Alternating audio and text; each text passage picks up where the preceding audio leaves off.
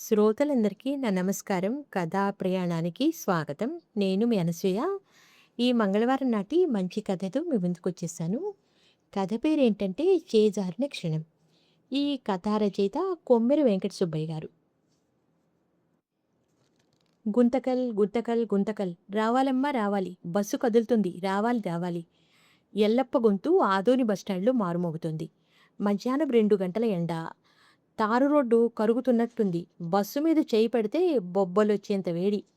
ఎల్లప్ప కర్చీఫ్‌తో ముఖం తుడుచుకుంటూ, టిక్కెట్ల బ్యాగు భుజానికి సర్దుకుంటూ, తలుపు పక్కన నిలబడి జనాన్ని లోపలికి పిలుస్తున్నాడు. రావాలి రావాలి. ఎక్కండి ఎక్కండి. టైమయింది. డ్రైవర్ కూడా ఎక్కినాడు. రండమ్మా రండి. బస్టాండ్ గోడకు 'వర్షం' సినిమా పోస్టర్ అంటించి ఉంది. సినిమా ఎంత బాగుందో అనుకుంటూ పోస్టర్ చూస్తున్న రమణ, ఆఖరి నిమిషంలో బస్సు బయలుదేరుతుందన్న కండక్టర్ స్వరం విని పరిగెత్తుకొచ్చి బస్సెక్కాడు. భుజాన బ్యాగు, చేతిలో ఒక ప్లాస్టిక్ సంచి. బ్యాగులో అక్కకు, పిల్లలకు తీసుకెళ్తున్న కొత్త బట్టలు. సంచిలో పళ్ళు, పూలు. సీట్లో కూర్చునేసరికి ఒళ్ళంతా చెమట. కిటికీ పక్క సీటు దొరికింది. కాస్త గాలి తగులుతోంది. ఎల్లప్ప టిక్కెట్లిస్తూ వచ్చాడు. ఏడికయ్యా? లక్ష్మీపురం. 25. రమణ జేబు తడుముకున్నాడు. రూ. 100 నోటు తప్ప చిల్లరేమీ లేదు. ఆ నోటు తీసి ఇచ్చాడు. ఎల్లప్ప ఆ నోటు చూసి ముఖం చిట్లించాడు. 100 చిల్లర తీసుకుని బస్సు ఎక్కాలని తెలీదేంటయ్యా? ఈ రూటులో పెద్ద కాగితాలు ఎవరూ ఇయ్యరు. అందరూ 10, 20 చిల్లరే ఇచ్చారు. ఏం చేయమంటావన్నా? నా దగ్గర ఇదొక్కటే ఉంది. చిల్లరగా మార్చుకుందామని ప్రయత్నం చేశాను. దొరకలేదు. అందుకే ఇలా వచ్చేశాను. ఎల్లప్ప బ్యాగులో తడిమి చూశాడు. చిల్లర సరిపోదు. సరేలే అని నోటు తీసుకుని టికెట్ బండిల్లోంచి టికెట్ చింపి దాని వెనక భాగంలో 75 అని పెద్ద అక్షరాలతో రాసి రమణకు అందించాడు. ఇదిగో బాబు 75 బాకీ. దిగేటప్పుడు తీసుకో. సరే అన్న రమణ టికెట్ షర్ట్ జేబులో పెట్టుకున్నాడు. బస్సు ఆదోని బస్టాండ్ దాటి మెయిన్ రోడ్ ఎక్కింది. గాలి వేడిగా తగులుతోంది. కిటికీలోంచి ఎండ ముఖం మీద పడుతుంటే రమణ జేబు రుమాలు అడ్డం పెట్టుకున్నాడు. అక్కను చూసి చాలా రోజులైంది. ఆమె వడ్డే భోజన రుచి గుర్తొచ్చింది. పిల్లలు అర్జున్, కావ్య ఎంత ముద్దుగా ఉంటారో. ఈ ఆలోచనలో మెల్లగా కళ్ళు మూతలు పడ్డాయి. ఎల్లప్ప టిక్కెట్లిస్తూ ముందుకు సాగాడు. ఒక్కొక్కరి దగ్గర డబ్బు తీసుకుంటూ, చిల్లర ఇస్తూ, సీట్లు సర్దుతూ, తగాదాలు తీరుస్తూ తిరుగుతున్నాడు. 20 ఏళ్ల సర్వీసులో ఈ రొటీన్ వంటబట్టిపోయింది. ఈ ఆదోని గుంతకల్ రోడ్డు అతనికి కొట్టిన పిండి. ఏ మలుపులో ఏ గతుకుందో, ఏ ఊళ్ళో ఎవరెక్కుతారో అన్నీ తెలుసు. ఒక ఊళ్ళో ఓ ముసలామె ఎక్కింది. ఒంటి చేత్తో కర్ర పట్టుకుని, ఇంకో చేత్తో భారంగా ఒక మూట లాక్కొస్తోంది. మెట్లెక్కలేక అవస్థపడుతోంది. ఓయ్ ముసలమ్మ, తొందరగా ఎక్కు. బస్సు ఆగదు ఎవరికోసమో. ఎవరో వెనక నుండి గదమాయించారు. ఎల్లప్ప దిగి ఆమె మూట అందుకున్నాడు. ఈ టీయవ్వ, నేను బస్సులో పెడతా. నువ్వు మెట్లెక్కు, నా చేయి పట్టుకో. ఆమెను పట్టుకుని ఎక్కించి ముందు సీట్లో కూర్చోబెట్టి మూట కింద సర్దాడు. సల్లంగుడు నాయనా, ముసలామె ఆయాసంతో రొప్పుతూ ఆశీర్వదించింది. కొంత దూరం పోయాక మరో స్టాపులో ఇంకో ఆమె ఎక్కింది. ఒళ్ళో పసిపిల్ల గుక్కపట్టి ఏడుస్తోంది. ఆ ఏడుపు బస్సంతా వినిపిస్తోంది. ఎవరిదే ఆ పిల్ల? ఏడు పాపి. చెవులు దిమ్మెత్తుతున్నాయి. వెనక సీట్లోంచి ఒక ఆయన అరిచాడు. ఆ తల్లి కంగారు పడుతోంది. ఒళ్ళో పిల్ల, చేతిలో సంచులు. సీటు దొరకట్లేదు. ముందు వరుసలో ఆడవాళ్లకు కేటాయించిన సీట్లో ఓ కుర్రాడు కూర్చుని ఉన్నాడు. బాబూ, ఆ సీటు ఆడోళ్లకు రిజర్వ్ చేసిన సీటు. దయచేసి వెనక కూర్చో. ఎల్లప్ప గట్టిగానే కానీ మర్యాదగా చెప్పాడు. కుర్రాడు కదల్లేదు. ఖాళీగా ఉంటే కూర్చున్నా. ఏంటి? రూల్ ప్రకారం ఆ సీటు ఆడవాళ్లకే. నేను రెండోసారి చెప్పను. లే. ఎల్లప్ప గొంతులో అధికారం ఉంది. కుర్రాడు విసుక్కుంటూ లేచాడు. ఎల్లప్ప ఆ తల్లిని అక్కడ కూర్చోబెట్టాడు. జేబులోంచి ఓ చిన్న చాక్లెట్ తీసి పిల్లకిచ్చాడు. బస్సుల్లో పిల్లల ఏడుపులు మామూలే. అందుకే ఎప్పుడూ 2, 3 చాక్లెట్లు జేబులో ఉంచుకుంటాడు. పిల్ల ఏడుపు ఆపి చాక్లెట్ తింటూ మెరుస్తున్న దాని కవరతో ఆడుకోవడం మొదలుపెట్టింది. ఎంత మంచోడివి అన్నా ఆ తల్లి కళ్ళల్లో కృతజ్ఞత. ఏం లేదమ్మా, నాకు ఇంట్లో 2 పిల్లలున్నారు. పిల్లల ఏడుపు చూస్తే ఉండబుద్ధి కాదు. ఎల్లప్ప కర్చీఫ్‌తో చెమట తుడుచుకుంటూ ముందుకు నడిచాడు. రమణ నిద్ర కళ్ళతో ఇదంతా చూస్తూనే ఉన్నాడు. ఎంత మంచివాడీ కండక్టరు. ఈ రోజుల్లో ఇలాంటి వాళ్ళు చాలా అరుదు అనుకుని కళ్ళు మూసుకున్నాడు. బస్సు ఊపులో నిద్ర పట్టేసింది. లచ్చుంపురం, లచ్చుంపురం ఎల్లప్ప కేకేశాడు. రమణ ఉలిక్కిపడి లేచాడు. నిద్ర మధ్యలో కళ్ళు నులుముకుంటూ చుట్టూ చూశాడు. అయ్యో, నా స్టాప్ వచ్చేసిందా? గబగబా బ్యాగ్ భుజాన వేసుకుని సంచి తీసుకుని తలుపు దగ్గరికి చేరుకున్నాడు. థ్యాంక్స్ అన్నా అని రమణ దిగిపోయాడు. అక్క ఇల్లు ఒక పర్లాంగ దూరమే. బస్టాప్ పక్కనే ఉన్న సుబ్బయ్య టీ కొట్టు దగ్గర ఆగి, బాబాయ్ బాబాయ్ బావున్నావా అని పలకరించాడు. చాన్నాళ్ళకొచ్చి నవ్వే రమణ అని సుబ్బయ్య నవ్వాడు. రమణ నవ్వుతూ చెయ్యి ఊపి వేగంగా అక్క ఇంటి వైపుకు నడిచాడు. ఎల్లప్ప తలుపు పక్కనే ఉన్న తన సీట్లో కూర్చుని ఉన్నాడు. రమణ దిగి వేగంగా వెళ్ళిపోవడం చూశాడు. ఆ కుర్రోడు 100 నోటు ఇచ్చాడని, చిల్లర తీసుకోలేదని బాగా గుర్తుంది. టికెట్ వెనక బాకీ రాసి ఇచ్చాడు. గుర్తు కూడా చేశాడు. అయినా ఆ కుర్రోడు నిద్రమత్తులో హడావిడిగా దిగిపోయాడు. బాబు ఆగు నీ చిల్లర అని పిలవాలనుకున్నాడు. మాట నోటి వరకు వచ్చింది. చెయ్యి కూడా ఎత్తాడు. కానీ ఎల్లప్ప చెయ్యి అలాగే ఆగిపోయింది. గొంతు ఎండిపోయింది. లోపల ఏదో గొంతు పిలుపు. అతని డబ్బు అతనికియ్యి అని లోపల ఏదో గొంతు పిలువు అతని డబ్బు అతనికియ్యి అని హెచ్చరిస్తోంది. కానీ ఇంకో గొంతు వాడే మర్చిపోయినాడు. టికెట్ వెనక రాసి కూడా ఇచ్చినావు కదా! నీ తప్పేముంది అని సమర్థించింది. ఆ 2 గొంతుల మధ్య ఎల్లప్ప ఒక్క క్షణం నలిగిపోయాడు. సాయంత్రం అమ్మను డాక్టర్ దగ్గరికి తీసుకెళ్ళాలి. మందులకు డబ్బు కావాలి. ఆ ఆలోచన మెదడులో ఉంది. ఏదో తెలియని బలం ఆ ఎత్తిన చేతిని వెనక్కి లాగి దించేసినట్లయింది. నోరు మూసుకుపోయింది. ఒక్క క్షణం అంతే. రమణ తిరిగి చూడలేదు. మలుపు తిరిగి కనిపించకుండా పోయాడు. ఎల్లప్ప కిటికీ ఊచలు పట్టుకుని కూర్చుండిపోయాడు. మెడలో ఉన్న విజిల్ తాడును వేళ్లతో తిప్పుతూ ఏదో ఆలోచనలో మునిగిపోయాడు. కండక్టరు విజిల్ వేయవయ్యా ఎవరో అరిచారు. ఎల్లప్ప ఉలిక్కిపడి ఈ లోకంలోకి వచ్చాడు. నేను చేయాల్సింది చేశాను. టికెట్ వెనక రాసి ఇచ్చినా, గుర్తు చేసినా ఇందులో నా తప్పేముంది? తనలో తాను గొణుక్కున్నాడు. కానీ ఆ మాటలు అతన్ని ఒప్పించలేకపోతున్నాయి. విజిల్ వేశాడు. బస్సు ముందుకు కదిలింది. ఓ అరగంట ప్రయాణం తర్వాత రోడ్డు మీద ఒక జీప్ అడ్డంగా నిలబడి కనిపించింది. RTC flying squad RTC flying squad. బస్సుకు చెయ్యి చూపించి ఆపారు వాళ్ళు. ఇద్దరు అధికారులు ఎక్కారు. ముందు ఎక్కినైనా ఐడీ కార్డు మెడలో వెళ్లాడుతోంది. చేతిలో ఫైలు. ఆకస్మిక తనిఖీ. కండక్టర్ లాగ్ బుక్ ఇవ్వండి అన్నాడు. ఎల్లప్ప గుండె వేగంగా కొట్టుకుంటోంది. వణుకుతున్న చేతులతో లాగ్ బుక్ ఇచ్చాడు. నుదుటి మీద చెమట పట్టింది. రెండో అధికారి ప్రయాణికుల దగ్గర టికెట్లు చెక్ చేసి వచ్చాడు. టికెట్లన్నీ సరిగానే ఉన్నాయి సార్ అని చెప్పాడు. మొదటి అధికారి తలూపాడు. అయితే ఎల్లప్ప ముఖంలో కంగారు, చేతుల్లో వణుకు ఆయన కంటపడ్డాయి. ఏళ్ల అనుభవంతో వచ్చిన సహజమైన అనుమానం. బ్యాగ్ ఇవ్వండి, క్యాష్ కూడా ఓసారి చెక్ చేస్తాం. ఎల్లప్ప గుండె ఆగినంత పనైంది. బ్యాగ్ ఇచ్చాడు. ఆ అధికారి టికెట్ లాగ్ బుక్ తీసుకుని కౌంటర్ ఫైల్స్ చూశాడు.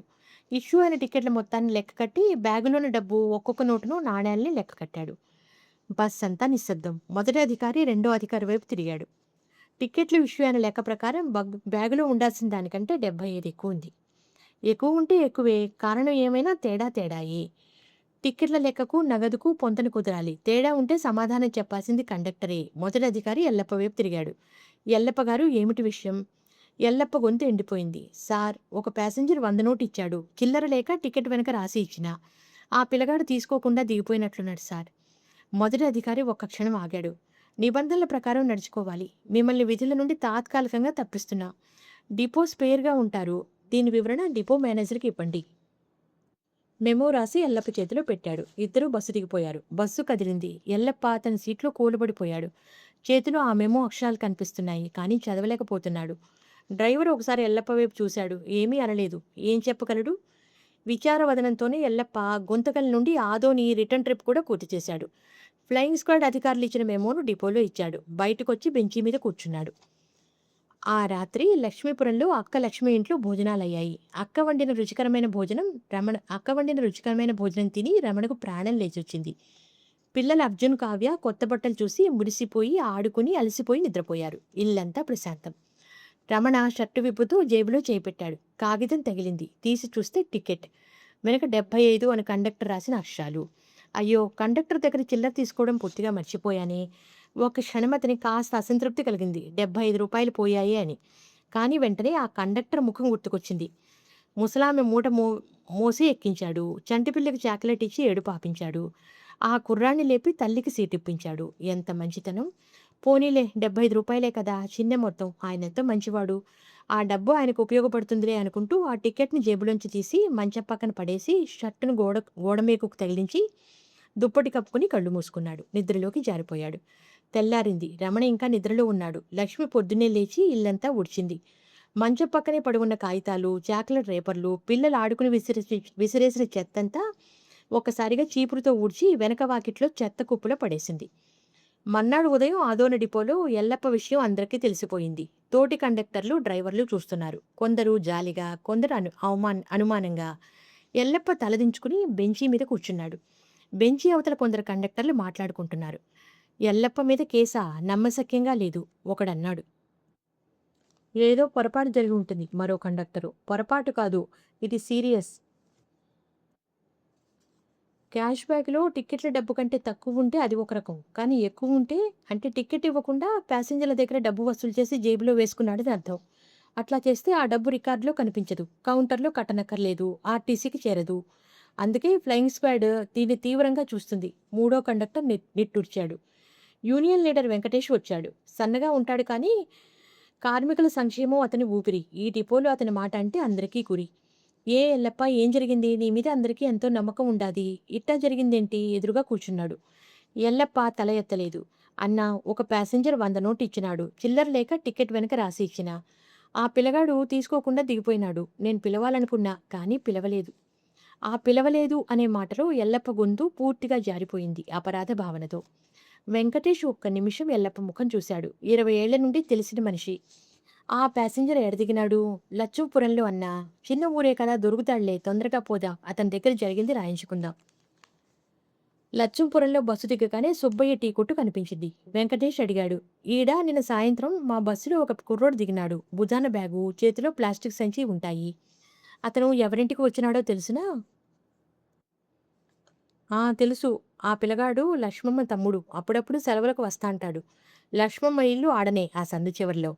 లక్ష్మమ్మ ఇంటి ముందు నిలబడ్డారు. రమణ బయటికి వచ్చాడు. ఎల్లప్పని చూసి ఒక్క క్షణం ఆశ్చర్యపోయాడు. "అన్నా, నువ్వు ఆ బస్సు కండక్టరు కదా?" ముఖంలో సంతోషం తళుక్కుమంది. "నా రూ. 75 తిరిగివ్వడానికి ఇంత దూరం వచ్చావా? ఎంత మంచితనం నీది" అన్నాడు. వెంకటేషు క్లుప్తంగా జరిగిన విషయం చెప్పాడు. చిల్లర తీసుకోకుండా దిగిపోయిన విషయం, తనిఖీలో పట్టుబడిన విషయం, ఎల్లప్ప విధుల నుండి తప్పించబడిన విషయం. రమణ ముఖంలో సంతోషం చెరిగిపోయింది. నమ్మలేనితనం, బాధ, ఆందోళన ఒకదాని తర్వాత ఒకటి అతని ముఖం మీద నీడల్లా పాకాయి.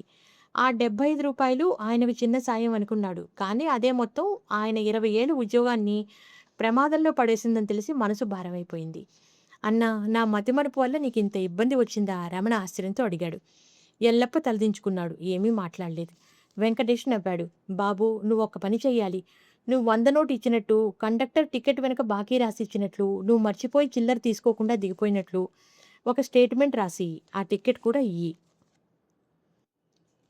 టికెట్? రమణ ఒక్క క్షణం ఆగాడు. నిన్న రాత్రి టికెట్ జేబులోంచి తీసి కింద పడేశాడు. గబగబా లోపలికి వెళ్ళాడు.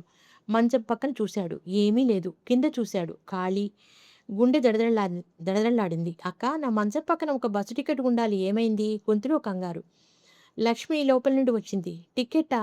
ఏమో, పొద్దున ఊడ్చేటప్పుడు కింద పడి ఉంటే చెత్తలో వేసేసి ఉంటాను. వెనక వాకిట్లో చెత్త కుప్పలో ఉందేమో చూడు." రమణ వెనక వాకిట్లోకి పరిగెత్తాడు. చెత్త కుప్పలో వెతకడం మొదలుపెట్టాడు. తడిసిన టీ పొడి, కూరగాయల తొక్కలు, కాగితాలు, చాక్లెట్ రేపర్లు అన్నీ కలిసిపోయి ఉన్నాయి. ఒక్కో కాగితం తీసి చూస్తున్నాడు. అక్కడే ఉంది. తడిసి మడతలు పడి ముడుచుకుపోయి ఉంది ఆ టికెట్. ఆ టికెట్ తిప్పి చూశాడు. వెనుక 75 అని రాసిన అక్షరాలు కనిపించాయి. తడిసినా చెరిగిపోలేదు. రమణ ఆ టికెట్‌ను ఒక అమూల్యమైన వస్తువులా జాగ్రత్తగా అందుకుని షర్టు అంచుతో తుడిచాడు. రమణ లోపల నుండి వస్తూ కాగితం, పెన్ను కూడా తీసుకొని వచ్చాడు. వెంకటేష్ చెప్పినట్టు ఒక్కో విషయం రాసి సంతకం పెట్టాడు. టికెట్ కూడా ఇచ్చాడు. "అన్న, ఇంతే కాదు, నేను స్వయంగా డిపోకు వచ్చి మేనేజర్ ముందు చెప్పమన్నా నిజం చెప్తాను. ఏమైనా సరే ఈ విషయం నేను సరిచేస్తాను. నువ్వు కంగారు పడకు." రమణ ఎల్లప్ప చేయి పట్టుకుని అన్నాడు. ఎల్లప్ప తల అడ్డంగా ఊపాడు. "నీ తప్పు కాదు బాబూ, నా బలహీనత. నేనే తిరిగి ఇచ్చేయాల్సింది. పిలవాలనుకున్నా కానీ ఆ ఒక్క క్షణంలో మాట పూర్తి చేయలేకపోయాడు." 2 రోజుల తర్వాత రమణ స్వయంగా ఆదోని డిపోకు వచ్చాడు. డిపో మేనేజర్ ముందు విషయం వివరించాడు. డిపో మేనేజర్ రమణ స్టేట్మెంట్ చదివాడు. టికెట్ వెనక ఎల్లప్ప రాసిన 75 అంకెను చూశాడు. తనిఖీ బృందం రిపోర్ట్ కూడా చూశాడు. "ఎల్లప్ప, ఆ ప్యాసింజర్ స్వయంగా వచ్చి చెప్పాడు. టికెట్, దాని వెనుక నువ్వు రాసిన అంకెలు ఆధారంగా ఉన్నాయి. నువ్వు తప్పు చేయలేదని నమ్ముతున్నాను. అయితే ఆ అదనపు డబ్బు నే బ్యాగులో ఉండడానికి నువ్వే కారణం. నీ సర్వీస్ రికార్డులో రాతపూర్వక హెచ్చరికగా నమోదు చేస్తున్నావు.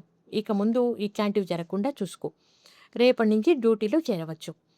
ఎల్లప్ప తలూపాడు. బయటికి వచ్చాడు. వెంకటేషు బయట నిలబడి ఉన్నాడు. "అన్నా, ఆ ఒక్క క్షణం నా 20 ఏళ్ల బతుకును మింగేసేదే." ఎల్లప్ప గొంతు బొంగురుపోయింది. వెంకటేష్ ఏమీ అనలేదు. ఎల్లప్ప భుజం మీద చెయ్యి వేశాడు. మరుసటి రోజు ఉదయం ఆదోని బస్టాండు. ఎల్లప్ప టిక్కెట్ల బ్యాగు భుజాన ఆదోని బస్టాండు. ఎల్లప్ప టిక్కెట్ల బ్యాగు భుజానేసుకుని తలుపు పక్కన నిలబడ్డాడు. అదే రూటు, అదే బస్సు, అదే ఎండ. గుంతకల్, గుంతకల్, గుంతకల్, రావాలమ్మా రావాలి. అదే గొంతు. కానీ ఆ గొంతులో ఇప్పుడు ఒక తడి ఉంది. మునుపటి గొంతే కానీ ఆ గొంతు యజమాని మునుపటి మనిషి కాదు. ఆ ఒక్క క్షణం అతన్ని మార్చేసింది ఎప్పటికీ. విన్నారుగా? ఈ శ్రీ కొమ్మెర వెంకట సుబ్బయ్య గారి 'కేదారుని క్షణం' అనే మంచి కథను వచ్చే వారం మరో మంచి కథతో మీ ముందుంటాను. అంతవరకు సెలవు. నమస్కారం.